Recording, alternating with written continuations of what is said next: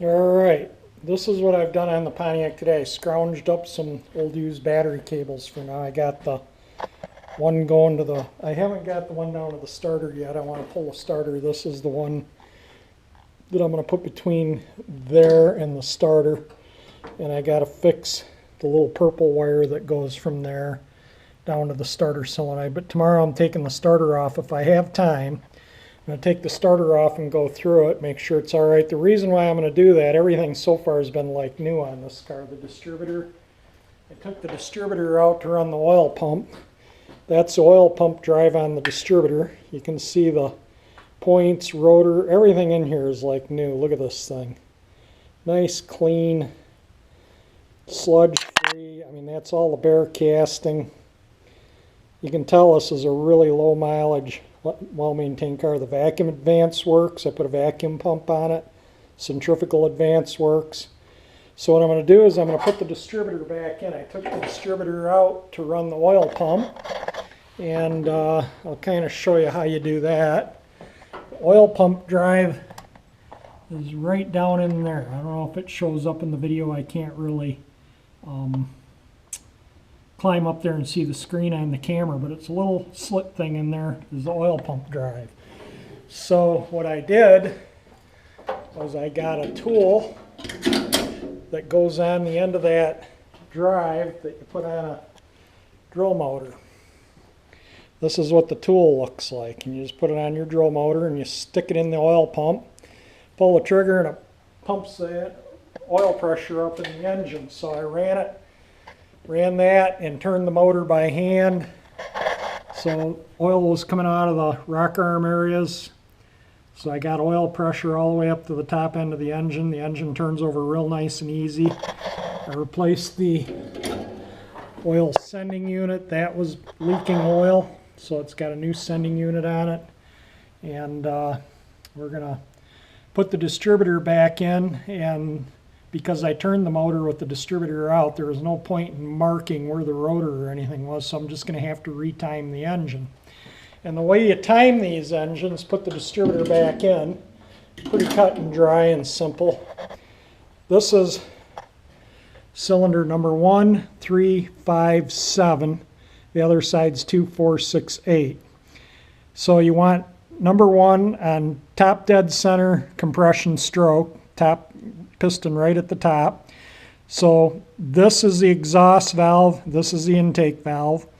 So when I turned the crank, it exhausted, and then immediately after it exhausted, it intaked, and then you continue to turn the crank until the valve closes, and then the timing marks line up on the engine. So their timing marks are over here, and hopefully that shows up.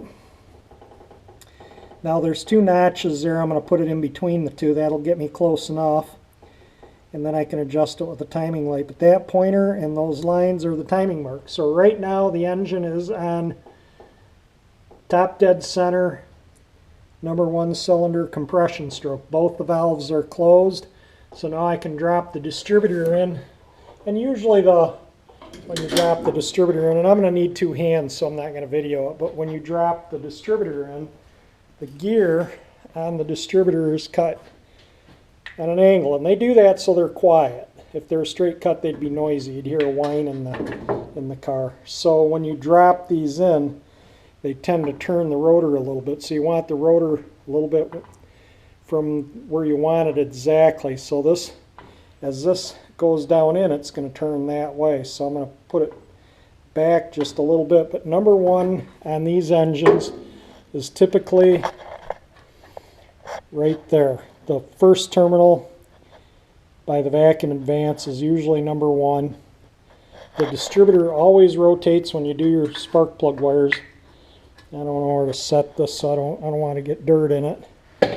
You always follow your vacuum advance in for the rotation of the distributor. If the vacuum advance was here, the distributor would rotate clockwise. With the vacuum advance area followed in, the distributor rotates counterclockwise. So you look at that before you run your oil pump. Make sure you run your oil pump the right way.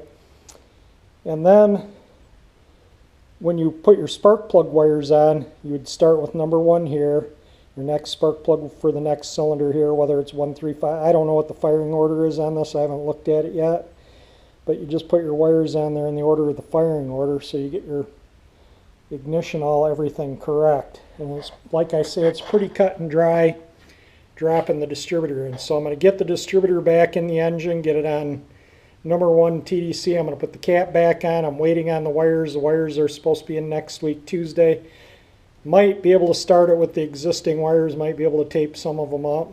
Tomorrow, if I have time, I'm going to pull a starter and go through it and rebuild the carburetor. I'm still waiting on the fuel pump. I don't really want to run fuel through a nasty pump into a rebuilt carburetor. So I'm going to wait at least until I have the rebuilt fuel pump, or the new fuel pump, before I start cranking on it to start it. Now I might, after I get the starter gone through before I rebuild the carburetor, I might roll the engine over with the starter, see how everything goes, and purge as much of the oil out of the cylinders as I can. I filled the cylinders right up with oil even after I got it unstuck.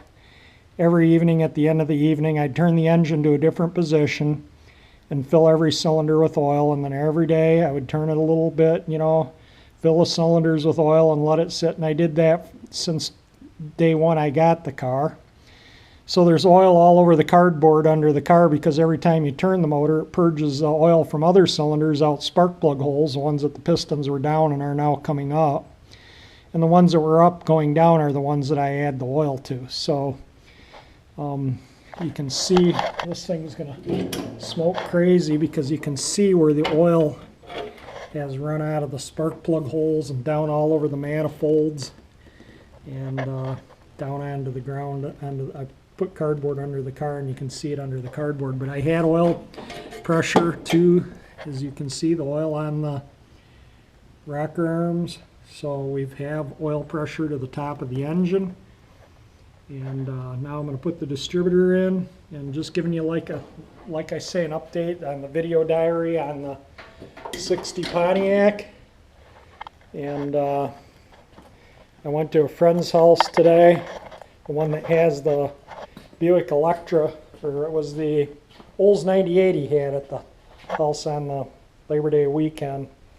He had his Olds 98 and I had the 59 Bel Air. This radiator is out of a 59 Buick, and it's laying on its side right now. The top is the furthest away in the photo. The inlets are on the wrong side of the radiator, but I think I can temporarily just put the radiator in sideways and get as much water in it as I can. It's better than nothing. And I also got a fuel tank from them, even though the owner's supposed to bring me a fuel tank. That's out of a 59 Cadillac, and it's clean as a whistle on the inside. The outside is a little muddy. I'll hose it off and clean it out really good. I'll even probably hose out the inside and dry it out. If that fits under the car, that'll go in the car. It's got the sending unit and everything in it.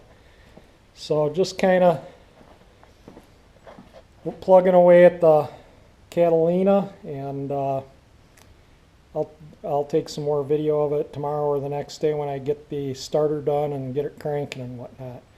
I do have, like I say, enough battery cable that I scrounged up. I'll put the correct cables on it once I get the car running and everything. I just want to get it to where it runs and movable, redo the brakes, and have it so I can move it if I want to. And then I'll start focusing on the things like getting the original style cables on it. I'm still looking for the original radiator. I do have a couple of leads. Dave did have a 59 Bonneville, and I looked at the radiator in that, and so I know what the radiator looks like now. I know exactly what to look for as far as the radiator goes, so that was a big help. So thank you, David, for letting me see your car collection there, and that beautiful Bonneville that he's having the engine rebuilt in right now. So the radiator was out, so I was able to video the radiator, so I know exactly what I'm looking for. One thing I forgot to mention too, which I should have before I turned the video off, but I'll make a note of this. The thing to do is see where that pump drive is going to be when the distributor's down in there correctly, and then take a big screwdriver and turn your oil pump So that'll about line up, and then you won't have to turn the motor. This will drop right in. If it doesn't drop right in and you got everything lined up, just turn the motor until it settles down into the oil pump drive, then turn your motor 2 complete revolutions and make sure your rotor is pointing back in the same way. The reason you do 2 is because the cam will only turn 1 for 2 turns of the crank. So, all right, the distributor's in, and this is how I do it. Okay, number 1 is usually closest to the vacuum vent, so this is the number 1 terminal on the distributor cap. So I like to get the rotor's pointing there, and then I just kind of hold the cap up to make sure it sets down. See how it sets and locks into a spot, and you lift it up, and it's pretty much all just, maybe turn it just a smidge that way, but that little bit isn't going to make a difference right now. What I'm going to do is put the cap on and put my marine ignition tester on there. It's you know, one thing goes in each terminal and it grounds, and then it sparks in between them. You'll see it when I do it. And then with the spark plugs out, I'll put rags by all the holes so oil doesn't go everywhere, and I'll crank the engine with the ignition hot, and I'll put my timing light on it, and I'll set the timing right to factory specifications, just cranking it with the spark plugs out so I don't have to fool with the timing when I go to start the engine. Just makes things a lot easier, less things you have to hassle with. The timing will be on the money. Might even check the dwell, see if it has spark too, because I did not replace or clean the points. The points that were in it look really good, as this cap that was on the engine looks like brand new. I did take it in the house and wash it with some dish soap and water, and then blew it out with compressed air really good, but the inside of that thing's like brand new. The rotor's like brand new. So I think that we'll have spark. If we don't, I'll just pop the points out and clean them and throw them back in, and we'll see. I'll probably, maybe a chance tomorrow, I'll have the engine cranking, and again, when I get the plug wires and the fuel pump, we'll be getting closer, ready to start it. I'm going to pull a carburetor and tear it down and rebuild it. I think I have a rebuild kit for it. I'll have to get it apart and see what gaskets and stuff it has. I have 4 or 5 different rebuild kits for that 2-barrel carburetor, and I'm not sure which one's the correct one, but we'll take it apart and have a look, and I'm sure, like I say, I have a overhaul kit for it. So I think we're not too far from getting this thing started. Another couple of days, if the plug wires would come in, that'd be great. The plug wires that were on this engine are just completely shot, so I could just tape them up, and if I need to, and throw them back on to get the engine started.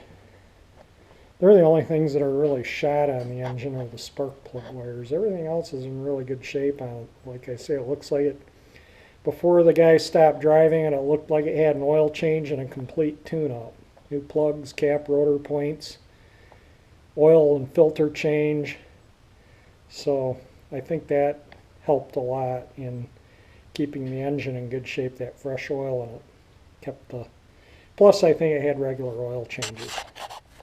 The distributor's in, the distributor cap's on. I mounted the coil, hooked the distributor side of the coil back up, put the bolts back in the valve covers. I reused the gaskets that were on the engine. They were stuck to the cylinder head, and I have new gaskets. I just didn't see any point in putting them on yet, in case if I have to take the covers back off.